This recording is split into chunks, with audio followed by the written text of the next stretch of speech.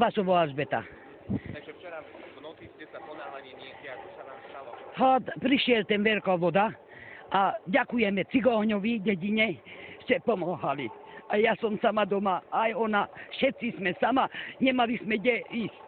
Aj starostka bol tu, aj manžel, stále chodil dole, hore a pomáhali. Cigóni pomáhali, to môžem povedať.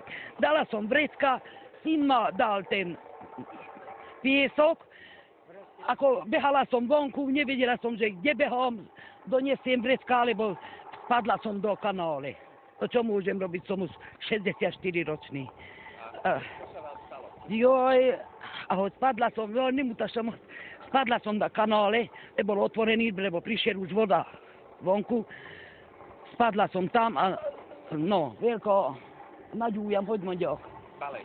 No, palec mi a köröm leszakat, ten palec, toto všetko išiel dole. Dobre. Ďakujem pekne.